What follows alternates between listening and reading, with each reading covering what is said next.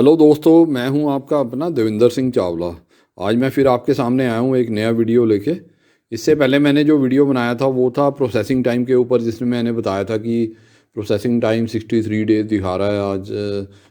आज जो कनाडा की गवर्नमेंट की वेबसाइट है उसके ऊपर 63 डेज प्रोसेसिंग टाइम दिखाया जा रहा है। तो आज मैं जो वीडियो लेके आया हूँ उसमें मैं डिस्कस करूँगा कि जो आम लोग पूछते हैं कि ट्रैवल हिस्ट्री ज़रूरी है कनाडा का टूरिस्ट वीज़ा के लिए, या ट्रैवल हिस्ट्री कैसे बनानी है, तो इसके बारे में आज बात करते हैं। तो अपना हम वीडियो शुरू करते हैं। इससे पहले कि हम वीडियो शुरू करें तो पहले हमें ये समझना पड़ेगा कि ट्रैवल हिस्ट्री का मतलब क्या है। देखिए, ट्रैवल हिस्ट्री में दो वर्ड आते हैं। ट्रैवल हिस्ट्री, ट्रैवल का मतलब होता है यात्रा, यात्रा, और हिस्ट्री का मतलब होता है इतिहास। इसमें क्या है कि जो वीज़ा ऑफिसर है आपकी ट्रैवल हिस्ट्री देखता है, मतलब आपकी यात्रा का इतिहास देखता है। यात्रा का इतिहास मतलब जो आपकी विदेशी यात्रा है उसका इतिहास देखता है। तो इसके जैसे कि ये वर्ड है, जैसे ये मीनिंग है इसके, इससे आप समझ गए होंगे कि आपने कितनी बारी बाहर अपने होम कंट्री से ट्रैवल किया है। तो इसके ऊपर आपकी ट्रैवल हिस्ट्री डिपेंड करती है। तो अब ये होता है कि अब ट्रैवल हिस्ट्री कैसे बनाई जाए। ट्रैवल हिस्ट्री बनाने का जो तरीका है वो तो एक मुश्किल तरीका है, उसमें टाइम लगता है। और ये आप सबको पता है कि मुश्किल इसलिए है कि आपको टाइम टू टाइम ट्रैवल करना पड़ेगा बाहर, उसके लिए पैसा भी खर्चना पड़ता है, काफ़ी पैसा खर्च होता है। तो क्योंकि जो फॉरेन ट्रैवल है वो महंगी है, तो इसके लिए इस ये तो एक चीज़ है कि ये एक मुश्किल चीज़ है, और एक इसके लिए टाइम भी लगता है। तो क्या होता है कि इसको ये जो इस पहले पॉइंट के ऊपर जब लोग काम करते हैं तो वो क्या करते हैं, जैसे कि कुछ लोग क्या करते हैं कि वो मतलब 3-4 कंट्रीज़ की जो ट्रैवल हिस्ट्री है वो इकट्ठी कर लेते हैं। वो मतलब एक इकट्ठा ही पैकेज बुक करते हैं, और वो एजेंट उनको कहते हैं कि ये जैसे मलेशिया, सिंगापुर, थाईलैंड, इंडोनेशिया, ये पास पास के कंट्रीज़ है, सिंगापुर हो गया, यहाँ पे वो इकट्ठा पैकेज बुक करते हैं और एक हफ्ते में ही सारे जो कंट्रीज़ है वो कवर कर देते हैं। मैं इसको कहता हूँ James bond type travel history, या इसको एक्सप्रेस ट्रैवल हिस्ट्री भी कहते हैं। देखिए, इस तरह की ट्रैवल हिस्ट्री का जो है कोई बेनिफिट नहीं होता, इसका कोई ज़्यादा आपको बेनिफिट नहीं मिलेगा, क्योंकि उस ट्रैवल हिस्ट्री के बाद, उस ट्रैवल प्लान के बाद आप आते हैं सीधा ही कनाडा का वीज़ा अप्लाई कर देते हैं। तो इससे कनाडा का जो कनाडा के जो वीज़ा ऑफिसर हैं उनको पता लग जाता है कि ये जो ट्रैवल हिस्ट्री है सिर्फ इसलिए बनाई गई है ताकि वो कनाडा का टूरिस्ट वीज़ा अप्लाई कर सके, तो उससे रिजेक्शन आ जाती है। तो इस चीज़ को आप अवॉइड करें, इस तरह ना करें। आप अगर ट्रैवल हिस्ट्री बनाना चाहते हैं आप धीरे धीरे बनाइए, अपने अलग अलग, जैसे 6 महीने पहले कम से कम आप जाइए, और यहाँ 1 साल पहले जाइए, तभी उस चीज़ का फ़ायदा होता है। इस ट्रैवल हिस्ट्री को लगा के अगर आप एकदम वीज़ा की एप्लीकेशन लगाएंगे तो वो रिजेक्शन के चांसेस ज़्यादा होते हैं उसमें। और उसके बाद है कि ये इस ट्रैवल हिस्ट्री का आपको अगले बारी में फ़ायदा होगा जब आप दोबारा लगाएंगे अपनी फाइल। तो इसके बाद क्या होता है कि कई बारी क्या होता है कि वो जैसे मुझे भी कई बारी फ़ोन आता है कि वो कहते हैं कि अभी मेरे को 2-3 महीने तो लगेंगे मेरी जो है बैंक स्टेटमेंट बनाने में, उतने दिन में मैं एक कंट्री का ट्रिप मार आता हूँ। तो उसके बाद क्या है कि वो उसके बाद आके फिर मैं कनाडा की टूरिस्ट वीज़ा की फ़ाइल लगा देता हूँ। तो इसका भी कोई ज़्यादा बेनिफिट नहीं मिलता, क्योंकि आपके पैसे तो लग जाते हैं, आपके पैसे भी वेस्ट हो जाते हैं काफ़ी। और क्योंकि आप एकदम जाते हैं ट्रैवल हिस्ट्री बनाने के लिए, एकदम ट्रिप प्लान करते हैं, तो उसमें क्या है कि एयर टिकट वगैरह भी बहुत महंगी पड़ती है, तो उसमें पैसे ज़्यादा लग जाते हैं, उसका कोई बेनिफिट नहीं होता। ये भी बिल्कुल उसी तरह की ट्रैवल हिस्ट्री है कि आपने एकदम क्रिएट करने की कोशिश की है, तो ऐसा काम करने का कोई बेनिफिट नहीं है।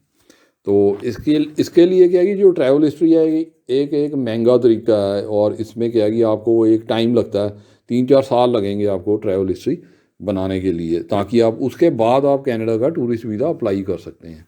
तो इसको, क्योंकि ये ट्रैवल हिस्ट्री से आप समझते हैं कि हिस्ट्री होती है, पुरानी चीज़ होती है, मतलब ये समय के साथ बनती है। जो इतिहास है वो समय के साथ बनता है, हिस्ट्री समय के साथ बनती है, इसलिए ट्रैवल हिस्ट्री भी समय के साथ बनती है, एकदम आप नहीं बना सकते।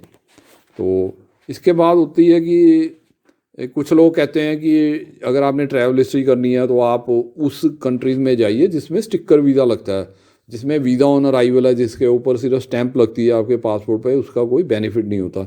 देखिए, ऐसी कोई बात नहीं है, आप किसी भी कंट्री में ट्रैवल कर सकते हैं।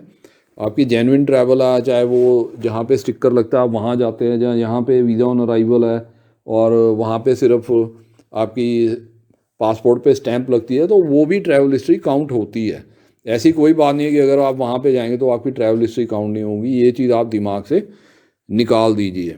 तो आप किसी भी कंट्री में ट्रैवल कर सकते हैं, और आप आप अगर वहाँ पे वीज़ा ऑन अराइवल भी है तो उसकी भी आपकी ट्रैवल हिस्ट्री काउंट होगी।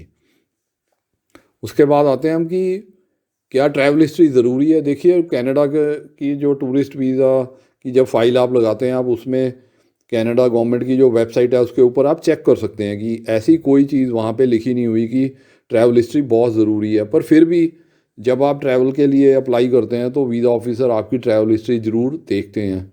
और जैसे यूएसए, कनाडा, जो भी बड़े कंट्रीज़ हैं, जो यूके है, जैसे ऑस्ट्रेलिया है, न्यूजीलैंड है, ये सभी आपकी ट्रैवल हिस्ट्री को वैल्यू करते हैं। अगर आपकी अच्छी ट्रैवल हिस्ट्री है तो उसके बेस पे आपको वीज़ा दे देते हैं। देखिए, अगर आपकी ट्रैवल हिस्ट्री अच्छी है, इसका मतलब ये नहीं है कि आपकी प्रोफाइल अच्छी नहीं होनी चाहिए, आपका बैंक बैलेंस अच्छा नहीं होना चाहिए, आपकी बैंक स्टेटमेंट अच्छी नहीं होनी चाहिए, या आपकी जो जॉब प्रोफाइल है वो अच्छी नहीं होनी चाहिए। ऐसा कुछ नहीं है, ये सभी चीज़ें साथ साथ चलती हैं। अगर आपने वर्क किया अपनी अपनी प्रोफाइल बनाने में, आपका जो प्रोफेशनल प्रोफाइल है और आपकी जो आईटीआर है और आपकी जो बैंक स्टेटमेंट है, ये मैच करनी चाहिए, इनके साथ इसके बीच में तालमेल होना चाहिए, तभी आपको वीज़ा मिलेगा। ये नहीं कि आपकी अगर ट्रैवल हिस्ट्री बहुत अच्छी है और आपकी बैंक स्टेटमेंट में कोई फंड्स नहीं है, आपकी बैंक अकाउंट में कोई फंड नहीं है तो आपको वीज़ा मिल जाएगा। ऐसा कुछ भी नहीं है। आपको अपनी प्रोफाइल के ऊपर 100% ध्यान देना, तभी आपको ये जो है ट्रैवल हिस्ट्री का बेनिफिट मिलेगा और आपको कनाडा का टूरिस्ट वीज़ा मिलेगा। उम्मीद करता हूँ कि आपको जो भी ये चीज़ मैंने बताई है, आपको ये समझ आ गई होगी, आपको ट्रैवल हिस्ट्री की वैल्यू पता लग गई होगी, और किस तरह आपने ट्रैवल हिस्ट्री बनानी है इसका भी आपको पता लग गया होगा। तो अगर आपको मेरी वीडियो पसंद आई है तो आप इसको लाइक कीजिए, इसके ऊपर कमेंट कीजिए, और इसको आप शेयर कीजिए अपने फ्रेंड्स, फैमिली मेम्बर और रिलेटिव के साथ, क्योंकि हो सकता है कि उनको इस वीडियो की ज़्यादा ज़रूरत हो और उसको इस वीडियो का ज़्यादा फ़ायदा मिले।